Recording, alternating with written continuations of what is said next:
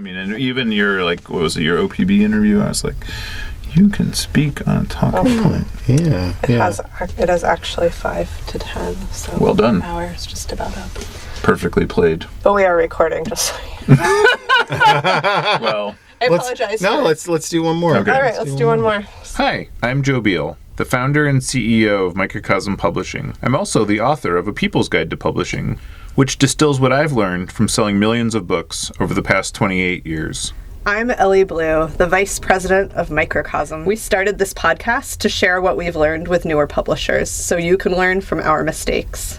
Or maybe you just want to learn about the publishing industry. This week we've got a special guest to the pod, Jelani Memory, founder of A Kids Co., and we are answering yet another reader question, which is, how do I lower information barriers?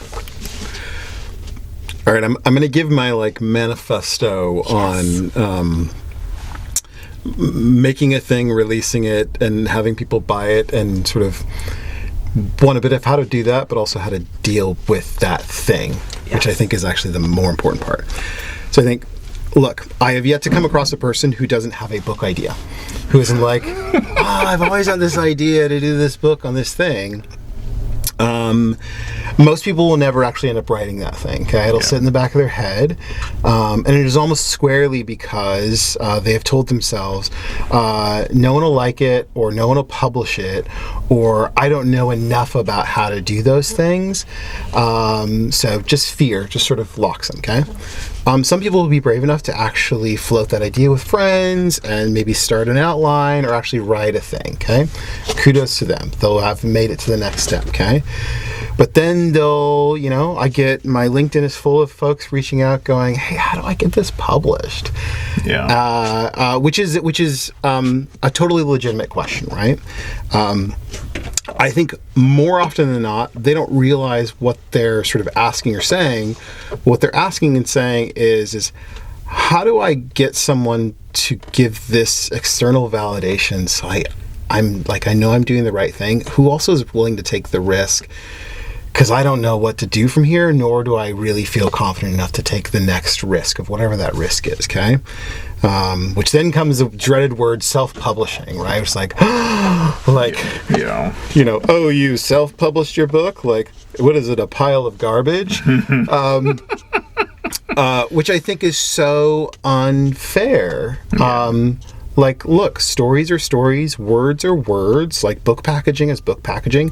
There's not some magic secret cauldron of publishing that happens at big publishers or independent publishers that they're doing that makes the book fundamentally more legitimate. It's like in the music industry, when you get a record deal, it's like you've made it, but actually no, they've just taken all the economics from you and sort of said, yeah, we'll front some costs, but you basically owe us for the rest of your life. Yeah. And we also own all the rights on this stuff. So make no mistake, that's what happens when you work with a publisher, is they go, yeah, we're taking on the risk, so we're also going to take on actually most of the reward. You get this validation, which is so rampant in the publishing industry that I actually kind of go I wish that would actually go away, and part of what we were trying to do through our model was actually to go everybody's story has value, and I'm convinced I could do a book with anybody that's not just a book, but a really good book. It just is on what thing do they have that's most valuable to sort of bring about. So you have an idea, you write the thing, you try and take it to a publisher, but let's say you try and take it out, you take it with a publisher, you take it out on your own. How do you deal with that sort of an information gap, or what I'll call the problem that every product runs into, which is the marketing problem? How do you let people know about a thing? I am convinced that authenticity wins out every time when it comes to marketing. We all know that feeling when we go into a car dealership and we're just do I have to be here? And they're already going to pull one over on me. I need to be on the defensive. They're trying to sell us a thing. We're actually there to buy a thing. We wish they'd just be normal with us, right? Yeah, totally. So that's how actually most advertising is sort of we're on the defensive. We're going, you're not going to trick me into buying a thing. Yeah. But when we receive an authentic message that is designed for us, that's true, we then feel the comfortability to receive it and accept it. And we feel good when we receive and accept that. Or we can go, oh, that's not for me.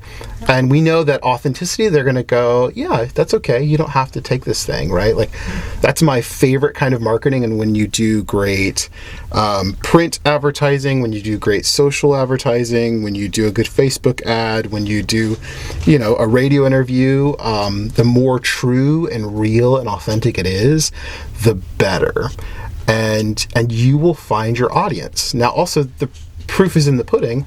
If the thing's good, then you get the knock-on effect of word of mouth, where people go, oh, you have to check out this thing. It's incredible, right? And it sort of is able to spread beyond you.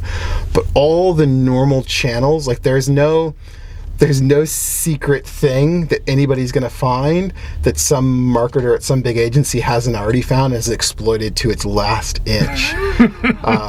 So it turns out actually just like the normal ways.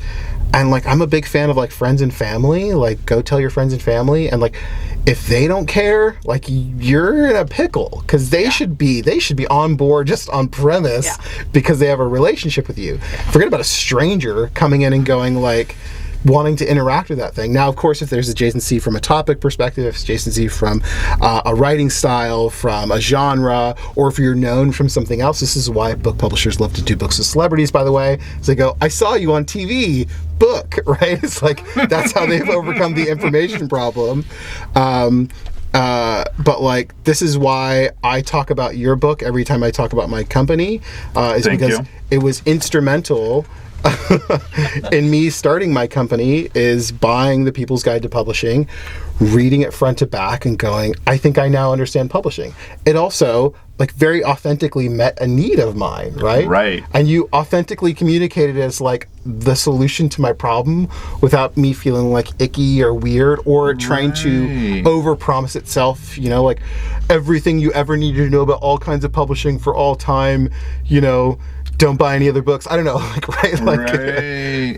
Yeah. I mean, and we really thought of it as the response book to publishing for profit, which we found like sort of weird to like publish that book that way. Yeah, the original title was Publishing with a Purpose. Yeah, because we were like reacting to that maybe in the wrong way. Yeah. And and I was more just like, I've done this for over 20 years. Like I've learned some things and actually Ellie was the one that was like, if you write a book about it, it will cement your authority. And I'm like, well, why would anybody care what I have to say? And then I was like, I was convinced because there was no good book about it. Yeah. Well, and like to me, all I hear is authenticity, right? And like imposter syndrome. Yeah. Which we all experience. So like, look, like, I have no problem like writing a book in a day, a children's book, and like all the confidence, and also like have sold millions of copies and all the things.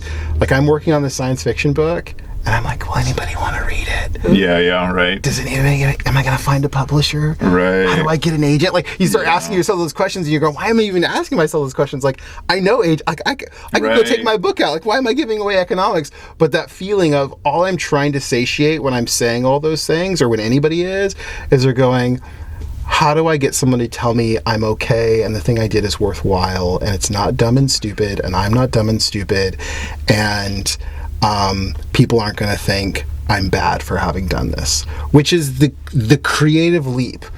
This is why people don't start companies, even though they have a great idea. This is why they don't build products. This is why they don't publish their book.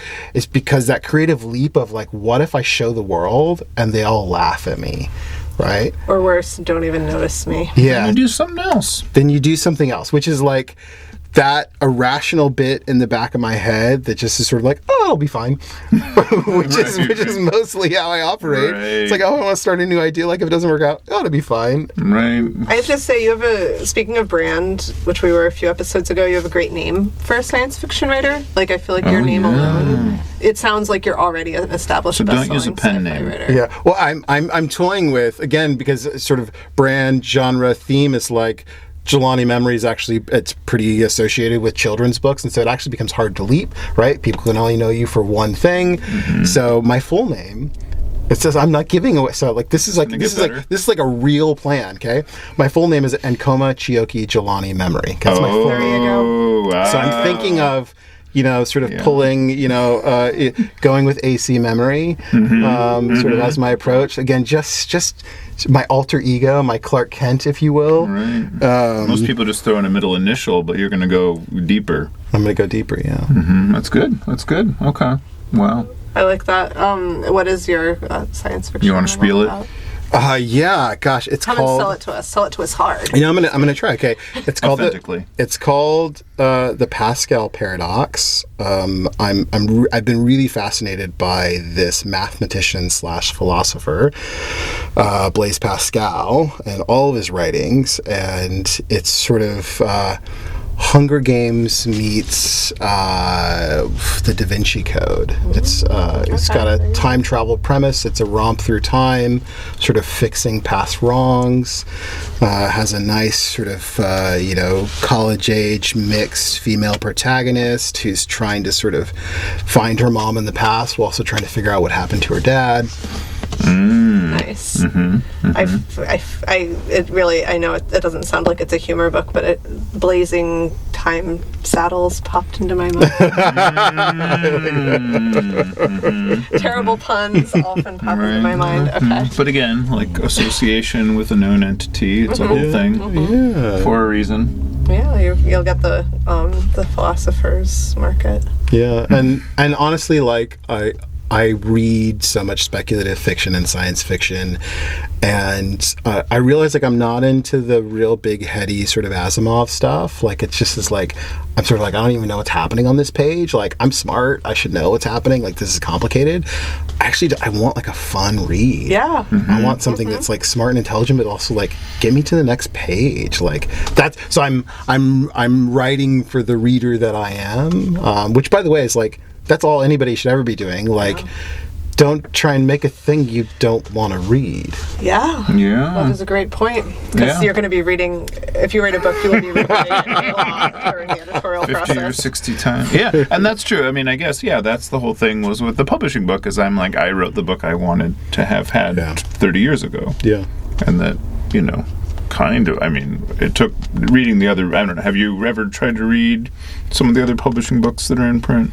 No. Which it was yours, right? Yeah. Okay. That's the only one you went for. And it's more like it's like being in college. What that must be like, because it's like every sentence you're like trying to untangle it to find the meaning. Yeah. Or like what you think it's trying to tell you, because it's so backspun that you're like, what are you trying to instill in me? Well, and I found your book, actually, it contains so much value. Like every sentence, I was like, oh, I can Thanks for joining us once again.